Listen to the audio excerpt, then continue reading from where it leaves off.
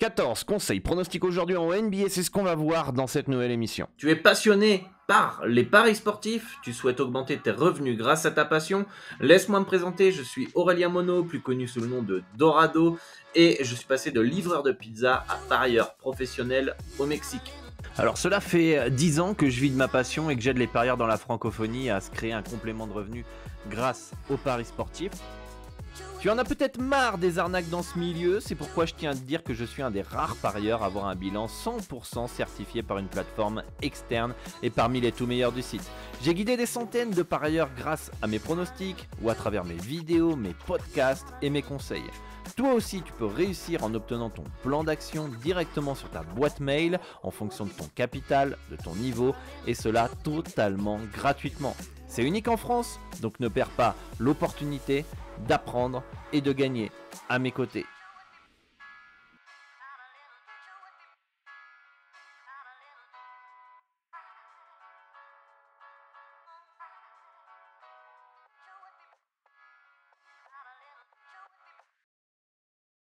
Et bienvenue à tous dans l'Expert, votre émission du lundi au vendredi où on analyse la carte NBA. Je vous aide à faire vos pronostics en vous partageant mes analyses. J'espère que vous avez la forme, vous avez passé une belle nuit NBA. N'hésitez pas à vous abonner à la chaîne YouTube, d'activer la cloche des notifications pour ne louper aucune des prochaines vidéos, de commenter, de liker, ça permet de soutenir la chaîne et de demander votre plan d'action, les amis, pour vous puissiez transformer votre stratégie, optimiser vos gains. Vous avez le QR code ici ou le lien dans la description de la vidéo.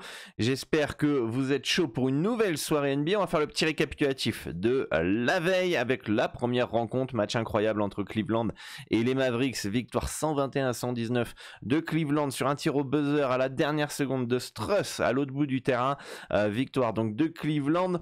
Over 232 points qui passe. Donovan Mitchell over 2,5 panier à 3 points qui passe. Donovan Mitchell over 25,5 points à 1,69 qui passe aussi. PJ Washington malheureusement qui ne passe pas. Et le PRP de Mobley over 25,5 points qui passe. On a quasiment fait le perfect dans cette rencontre, ce qui fait plaisir. D'ailleurs, ça va être le seul over qui est passé hier. On continue en NBA la tendance des under depuis le All-Star break. Over 213 points entre le Magic et les Nets qui n'est pas passé. Franz Wagner over 19,5 points qui passe. On est plutôt pas mal en performance joueur par contre. Over 242,5 qui ne passe pas évidemment. Kuminga under 6,5 rebond qui est passé. Victoire 123-112 des Warriors à Washington. On a les Hawks qui se sont imposés 124-97 face au Jazz. L'over qui ne passe pas. DeAndre Hunter qui marque 20 points et il fait un gros quatrième carton puisque je pensais vraiment qu'il allait passer son under. Je crois qu'il était à 8 points, 10 points lors du début du quatrième carton. Et Dejounte Murray under 39,5 PRP qui est passé. Over 231 évidemment qui ne passe pas, comme je vous l'ai dit, on est une grosse tendance under depuis l'All-Star Break. J'ai plus les chiffres, je les partagerai sur X. Je crois que je les ai partagés d'ailleurs sur X. Mais en tout cas, on est à 75% d'under, ce qui est assez surprenant pour de la NBA où ça a quand même la réputation de ne pas défendre. Reed over 8,5 points. Mon coco, mon gars, t'as rien fait, 0 points. Faut se réveiller, Reed, quand même. C'est pas tip top en ce moment, tes performances, malgré l'absence de Joel Embiid. Porzingis over 6,5 rebonds à 1,64 qui est passé. Jalen Brunson qui n'a pas joué. C'est remboursé. Victoire des Pelicans facilement à New York. Les Bulls qui se sont inclinés 95-105. Kobe Wright under 3,5 3 points. Et le seul qui est passé, on a le over qui ne passe pas et Dosunmu over 1,5 panier à 3 points qui n'est pas passé. Là 0 sur 2 aussi dans cette rencontre avec le over encore une fois qui ne passe pas. Enfin je vous l'ai dit, tous les overs ne sont pas passés à part celui de Cleveland. Bridges qui marque 17 points hier. On n'a pas été aidé par le scénario du match, 123-85, gros blowout des familles dès le début du match. Du coup voilà, limité en temps de jeu et on échoue de pas grand chose pour Bridges. Et donc là on a les Wolves qui se sont imposés 114-105 face aux Spurs, on n'avait rien. Josh Giddey over 8,5 points à 1,85 qui est passé, victoire 112-95. C'est intéressant parce que, enfin c'est intéressant, ce qui est paradoxal c'est que les over performance joueurs sont quand même passés, d'accord, alors qu'on n'a pas d'over dans les matchs. Alors que normalement, plus on a de possession, on a plus de points, forcément ça facilite les overs. Donc à mon avis, si on regarde de plus près les stats, c'est un manque de pourcentage, notamment d'une des deux équipes qui se foire complètement par rapport au over. Et enfin, bon, bah, le dernier over de la soirée qui ne passe pas. Victoire 106-96 pour le Heat de Miami. On part sur les matchs du jour, les amis. Est-ce que vous êtes chaud? On prend toujours en référence les cotes de Pinac PS 38-38 parce que c'est les meilleures cotes sur le marché mondial. Donc plus de gains. Ne limite pas les parieurs qui gagnent. Et vous pouvez passer par un des brokers les plus fiables au monde. Je vous recommande Asian Connect. Vous avez un tuto vidéo dans la description où je vous accompagne pas à pas. J'ai accompagné des centaines de parieurs. On n'a jamais été déçu des services d'Asian Connect et on peut affirmer que les retraits sont sécurisés et fiables. Donc si vous voulez vraiment gagner de l'argent dans les paris sportifs, il vous faut votre bookmaker principal PS 3838. Il n'y a pas d'autre chose à dire, peu importe ce que vous pouvez dire, voir à droite, à gauche. Si vous n'êtes pas sur PS 3838, vous ne pouvez pas affirmer que vous gagnez de l'argent à long terme, sauf peut-être si vous faites les codes boostés sur les bookmakers français, mais ça c'est aussi ses limites. Grosso modo, si quelqu'un fait pas de code boosté et vous dit je gagne sur BetClick, c'est du mytho puisque tous les bookmakers limitent les parieurs gagnants et vous n'avez pas besoin de monter à 100 000 euros, hein. Vous montez à 1000, 1500, 2000 euros, ça y est, c'est fini, vous fermez boutique, cassez-vous. Donc voilà, ça c'est le conseil que je vous donne dans cette vidéo. Petit disclaimer, parier comporte des risques, misez de l'argent que vous êtes prêt à perdre, hein. Ne vous mettez pas en danger, hein, c'est incertain. Heureusement que c'est pour des gens majeurs, grands et responsables, hein, normalement les paris sportifs, hein. Les gars, misez pas le loyer, misez pas votre salaire, à un moment, branchez le cerveau, arrêtez de croire que c'est de l'argent facile et mettez-vous au taf, quoi. Mettez-vous au taf, c'est très chiant de répéter toujours la même chose, mais certains ne comprennent pas, veulent pas faire les efforts et après viennent se plaindre.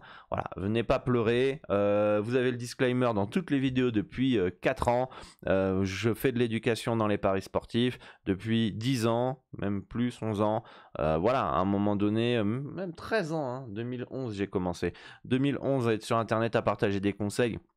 Donc ça fait 13 ans, voilà, à un moment donné, les gars, vous avez ce que vous méritez, donc soit vous formez, vous apprenez, et voilà, mais en tout cas, vous avez tout à votre disposition, pas besoin de payer, vous avez des podcasts, plus 30 heures de podcasts à écouter, vous avez des vidéos conseils, vous avez le plan d'action.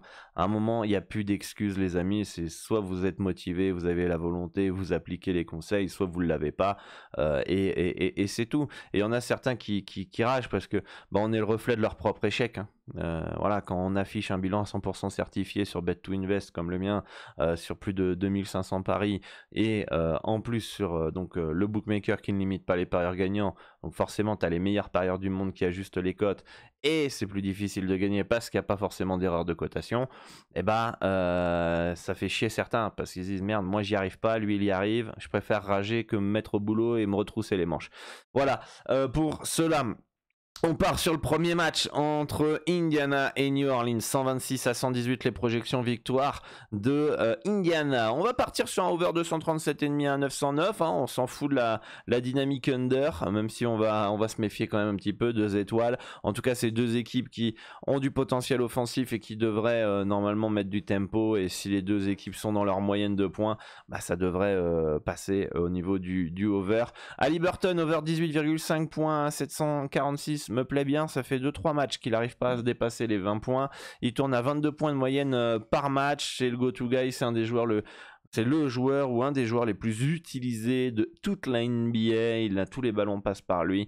Donc voilà, dans un bon soir, il peut clairement passer les 20 points. Zion Williamson, over 5,5 rebonds à 2,01, pardon, à 201, ça aurait été vraiment super top. Mais notre ami Zion Williamson, qui pourra avoir plus de temps de jeu avec l'absence de CJ McCollum, peut-être plus d'opportunités de rebond avec le rythme et le tempo du match. Donc pourquoi pas notamment qui tourne à 6 rebonds de moyenne par match. Et Pascal Siakam qui tourne à 5 passes de moyenne par match, over 3,5 passes décisives à 1,73 peut être intéressant. Je pense que au poste bas, il est capable de créer aussi pour les autres. Après, attention, tout de même, hein, Liberton est quand même le joueur qui fait des passes du côté d'Indiana et Siakam pourrait finalement prendre les miettes au niveau des passes décisives. Mais en tout cas, lors du dernier match, il fait 6 passes décisives contre Toronto. Voilà, on sait que c'est un joueur qui est capable de créer pour les autres. Après, aux copains de mettre dedans. Et avec le rythme, encore une fois, de la rencontre, eh ben, on pourrait avoir Siakam qui ait plus de passes.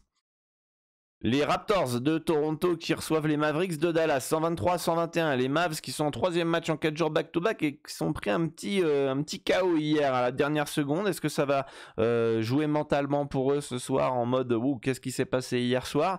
Les Raptors -1 à 2,33 pourraient être intéressants à tenter. Je pense qu'en ce moment l'équipe value c'est les Raptors en NBA qui est sous-estimée. On verra encore ce soir si c'est le cas. Ça fait 2-3 émissions que je vous partage Toronto, mais là ils ont un H un peu trop petit, donc je préfère optimiser, aller chercher le -1, mais ça fait 2-3 fois que je vous le partage dans ces vidéos, d'ailleurs que je les prends aussi sur le club premium et qui sont passés. Donc on continue sur la value Raptors, over 236,5 à 925 entre les deux équipes, tendance under en ce moment après le All-Star Game, mais voilà, pour moi ils sont trop bas. Forcément à un moment donné ça va rescorer en NBA et pourquoi pas ce soir. À un moment voilà, on n'aura pas que des under dans les rencontres. Peut-être que les équipes elles manquent de rythme depuis quelques matchs avec la pause et donc du coup on a plus de under. Mais en tout cas, à un moment donné, forcément, on va retrouver des points. Les équipes vont retrouver leur standard. Et pourquoi pas, entre deux équipes qui jouent l'attaque, qui sont plutôt offensifs entre les Raptors et les Mavs. Tim Hardaway Jr. over 12,5 points, 98. Pourquoi pas, on a Luka Doncic et Kyrie Irving qui pourraient peut-être être pas mis au repos, mais on sait qu'ils ont eu des pépins physiques. Et c'est la star des deux équipes. Enfin, de l'équipe de Dallas, et pourquoi pas un peu un temps de jeu limité ou moins forcé, faire jouer les copains, etc. Moi je vois bien un Luka Doncic un peu à la LeBron James qui force pas et qui joue pour les autres ce soir, et Tim Hardaway serait celui qui recevrait le plus de ballons. Normalement il tourne à 15 points de moyenne par match, donc le over 12,5 points pour être intéressant. Over 1,5 panier à 3 points est aussi intéressant. Il prend 8-9 tentatives par match. Je sais plus si c'est cette saison ou à l'extérieur, mais en tout cas il bombarde à 3 points, donc avec de l'adresse il est capable d'en mettre 2. Et Scottie Barnes under 7,5 passes. Alors ça fait 3 matchs où il dépasse les 7,5 passes. Cependant, il tourne à 6 passes de moyenne par match. Donc pour moi, c'est beaucoup trop haut le cut. Je pense qu'à un moment, c'est pas son rôle. Son rôle, c'est pas de faire des passes. Son rôle, c'est de scorer, à moins qu'il se transforme en LeBron James. Mais pour moi, le cut, il est trop. Le cut, il est vraiment trop haut pour Scottie Barnes. Forcément, à un moment donné, il va retomber dans ses standards à 6 passes, 5 passes. Et je pense qu'après 3 matchs où il a dépassé le 7,5 passes, ça pourrait être ce soir que finalement il fasse un petit under. Les Bulls qui reçoivent les Cavaliers de Cleveland. Alors pour la petite anecdote, c'est un petit derby ça. Et je pensais pas que c'était, enfin je savais que c'était un derby, mais je ne pensais pas que c'était autant. J'étais voir la Copa América à Mexico en 2015 et il y avait personne dans la salle les gars. Et en fait devant moi il y avait un scout des Bulls de Chicago. On était voir Canada-Argentine à l'époque. Il y avait Andrew Wiggins au Canada, Luis Scola, etc. L'Argentine. Et du coup devant moi il y avait un scout des Bulls et je lui demande une photo évidemment et du coup il me rigole, il me dit non pas avec toi, et il me montre, j'avais le maillot de Cleveland et donc du coup là j'ai compris qu'il y avait une petite rivalité entre les Cavs et les Bulls, notamment avec les Jordan dans les années 90 qui éliminaient beaucoup les Cavs, et ensuite quand James était à Cleveland c'était les Cavaliers qui éliminaient beaucoup les Bulls. Bon voilà, petite anecdote, donc petite rivalité, les Cavs en 3e match en 4 jours back-to-back. Est-ce qu'ils vont être portés par l'euphorie de la victoire hier à la dernière seconde avec un Strus qui a pris feu dans les dernières minutes, incroyable, j'ai jamais vu ça, et puis le tir à l'autre bout du terrain, donc peut-être les Bulls vont être les Cavs vont être dynamisés par cela. On va peut-être tenter un petit Darius Garland over 14,5 points, 79, je trouve quand même plutôt bas. C'est un des joueurs les plus utilisés de l'équipe. Évidemment le go-to guy c'est Donovan Mitchell, mais je pense que 14,5 points, sachant qu'il tourne à 18 de moyenne par match, là il a plus de temps de jeu limité, etc. Je pense qu'il pourrait passer son over. Dosunmu moins de 4,5 passes à 1,61 peut être intéressant. Je crois qu'il tourne à 3 passes de moyenne par match, je trouve un peu haut quand même dans un match qui pourrait avoir... pour être défensif ce soir, ce match-là, Cleveland peut être très fort défensivement, les Bulls ont un tempo offensif quand même assez lent, donc du coup peut-être qu'on aurait moins de passes décisives de Sumnu, voilà. Jaren Jackson Jr. qui pourrait scorer moins de 23,5 points à 1,892 ce soir entre les Grizzlies et les Wolves de Minnesota, 110 à 99 en faveur de Minnesota comme un back-to-back. Alors pourquoi le under? Déjà il y aura Rudy Gobert en face, il y aura du Karl Anthony Towns aussi pour le gêner un petit peu, surtout Rudy Gobert. C'est un des joueurs alors, qui fait énormément de fautes, je trouve, Jaren Jackson Jr. Pour son poste, pour le fait d'être en plus meilleur défenseur de la NBA. Il fait 3 fautes, 3,5 fautes, donc il peut vite être en foul trouble. Je pense pas que c'est un spot à over 23,5 points à 892 pour Jaren Jackson Jr. Après, il y a beaucoup d'absences du côté des Grizzlies et évidemment ça va être le gars qui aura les ballons pour scorer ce soir, donc voilà, pour moi dans cette rencontre c'est tout ce qui me semble intéressant. Rien d'intéressant entre les Kings et les Nuggets de Denver, 120 à 114 en faveur de Denver. Je vous laisse prendre le temps de noter le score projection. Et on passe sur le dernier match, c'est le derby de Los Angeles, les Clippers qui partent logiquement favoris, 120 à 114 ce soir entre les deux équipes. Clippers -3 à 909 pourrait être intéressant, d'autant plus que LeBron James pourrait être manquant ce soir. Alors du côté des Clippers, on a Paul George pas là. Je pense qu'il y a assez de talent, il y a assez de joueurs, James Harden, Kawhi Leonard, Powell, Westbrook, pour finalement pallier potentiellement à cette absence quand même. Faut pas déconner, les Clippers sont pas dépendants de ouf de Paul George. On verra, peut-être que oui. Mais en tout cas, pour moi, Clippers -3 pourrait être intéressant, encore plus si James n'est pas là. Et du coup, si James est là, ça reste quand même intéressant tout de même. Hein. Je veux dire, la value, elle est quand même très très fine s'il est là, mais...